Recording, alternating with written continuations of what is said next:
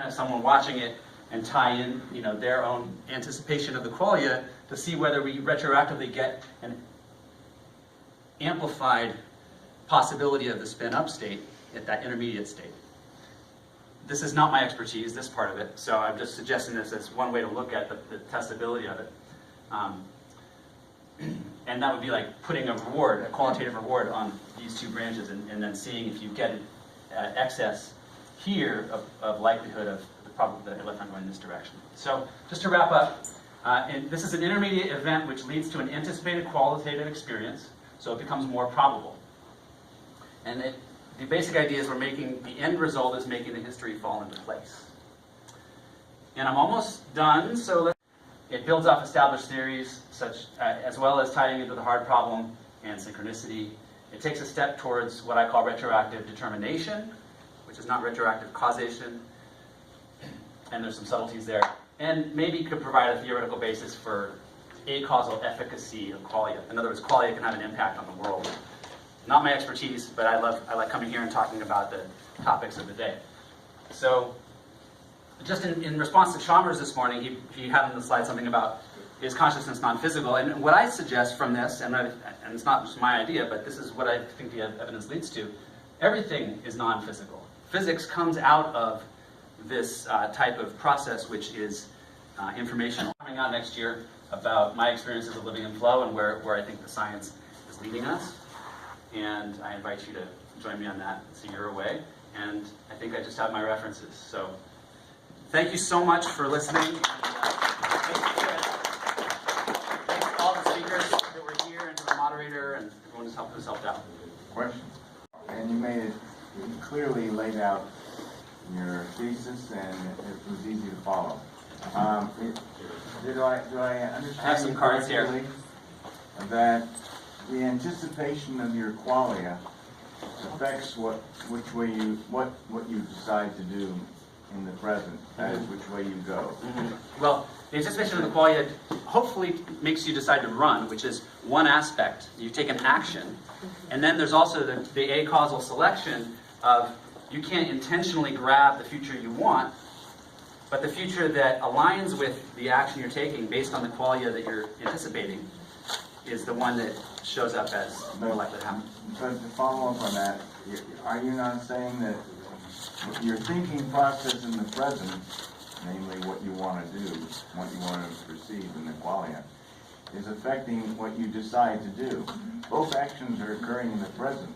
And the implication from your talk, in a way, is suggesting that something in the future is retrodictive or retrocausal. But I don't get the impression that there's actually anything retrocausal here, although like most people here, I believe in the retrocausal approach. And what am I missing? So I think what you're getting at is the other part of the research project I'm working on this year, which is maybe just the first part of it, but this tree that I'm talking about doesn't have time associated with it. It's timeless. It's a tree of possible states. And the wave function doesn't have time associated with it in a fundamental way. So this tree, all the branches here are accessible to us right here. If we were, we can't access them intentionally, like we can't work on them on the table, but there's no time separation between now and those future branches of the tree. They're mathematical constructs representing this physical situation. So I'll have more to say about that once I finish the research project this year. Yeah, but the tree is timeless, so supposedly our actions are actually reflecting off future possibilities that have not manifested yet. Time for another question? Understood your reasoning with the impact that the qualia had in your subway example, where the major player involved with it was interacting with the environment. I was wondering if you could explain a little bit more how that logically transcribes to your proposed thought experiment with the person wanting to see the pretty picture of the waterfall with the electrons where they have no physical impact in that system. Well, they do have the physical impact of having a beautiful experience of qualitative light on their eyes, right? Mm-hmm. Are we on the same page there? So whether it's the salty taste of popcorn on their tongue at the play, or just something that replaces that, like a beautiful picture that stimulates their nervous system, you would train them to know that if the experiment works a certain way, they'll have that light show, which will drive them to have that inner experience. And then over time, you might see them get trained to then anticipate that that's going to come, and that would therefore then bias retroactively what the electrons have been doing inside the experiment. This is more specific around a particular issue, and I appreciate everything they've done. I think there's some ups and downs to that work. I'd like to find a way that doesn't rely on that particular type of qualitative data, but it's hard in this field.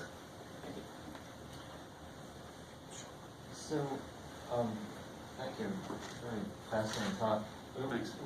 So it's usually the case that we have more than one desire at a time, more than one desired qualia. So, in your example, it may be that not only do you want to get to the play on time, but you're also looking for your soulmate, and maybe the train, you miss the train, but you find her there on the platform. So how would you model that? That's a great question. So, and this, I mean, this is my own experience of learning about living in the world with this stuff in my mind, is that we often don't know what one situation is really leading towards. So this doesn't lead us to try and take more control over, as contrary to what I would have done earlier, to necessarily take more control, but to somehow get into a flow where we do try to run for the train because we believe we have some acausal influence on what's happening, and yet, if it doesn't work, we don't try to control that. There's a surrender that go, and immediately you're reprimed to be able to notice someone else who's late, who missed the train, and is your future life partner. So there's a way in which you're not trying to use this to like win a pot of gold. I think you're trying to use this to sort of understand how the nature is how cosmos is responsive to us. It's responsive to us in ways that we can't necessarily control, but we can begin to understand. So just let me interrupt for a moment. Because of the quality of having fussy PowerPoint, our other speakers didn't have as much a chance to answer questions. So, so let's make sure that you have a chance to speak to the people in the group, and I imagine if you can button hook them on the way out if you have specific questions for them. I want to link the two, go back to Dr. Lee for a moment, and we haven't forgotten your questions out there, not to worry. But